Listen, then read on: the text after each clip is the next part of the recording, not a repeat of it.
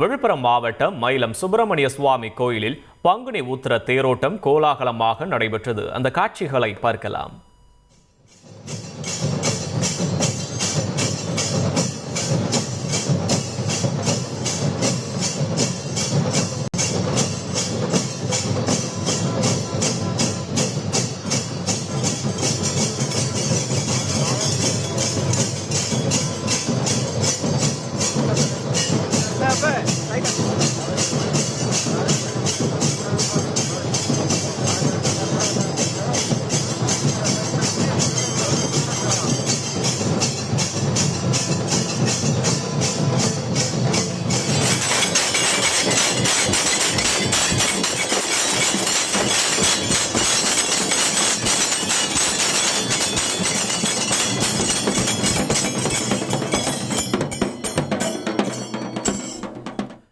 கூடுதல் விவரங்களை செய்தியாளர் கோபிநாத் வழங்க கேட்கலாம். கோபிநாத் வணக்கம். தேரோட்டம் குறித்த கள விவரங்கள் கோபிநாத்.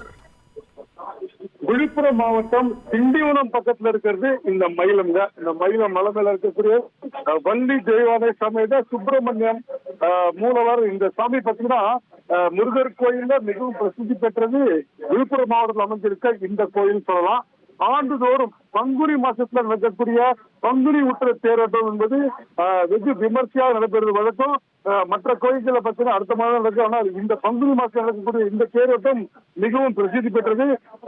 இந்த ஆண்டு கடந்த 2ஆம் தேதி கொடியேற்றத்தோட பங்குனி உத்திர பெருவிழா வெகு விமர்சையா தொடர்பு சொல்லலாம். நாள்தோறும் மூலவருக்கு அபிஷேகம், ஆராதனைகள், இரவுல வாகனங்கள்ல பல்வேறு வாகனங்கள்ல உற்சவர் கோயிலை சுற்றி இருக்கிற 3 பிரகாரங்கள்ல வளம் வந்து சாமி தரிசனம் பொதுமக்கள் பக்தர்கள் செஞ்சு வந்தாங்க. 8ஆம் நாள் திருவிழாவாக நேற்று இரவு சுப்பிரமணிய சாமிக்கு திருக்கல்யாணமும் அதனை தொடர்ந்து வெள்ளி குதிரையில வாகன உற்சவம் நடைபெற்றது. பங்குனி உத்திர திருவிழாவின் மிக முக்கியமான திருவிழா பத்திர தேர் திருவிழா.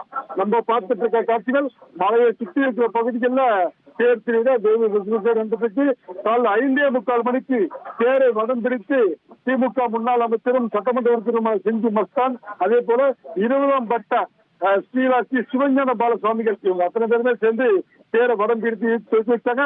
முதல்ல விநாயகர் தேர், அடுத்தது வள்ளி முருகர் தேவானியோட சமயத்தோட இந்த தேர் திருவிழா வெகு விமர்சையா நடந்துட்டு இருக்கு.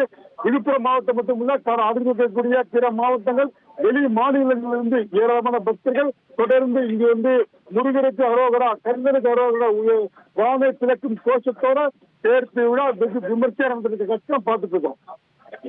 விவரங்களுக்கு நன்றி கோபிநாத். உங்கள் தந்திவன் தொலைக்காட்சியில் தெனாலிராமன் தினமும் மாலை 6 மணிக்கு காண தவறாதீர்கள்.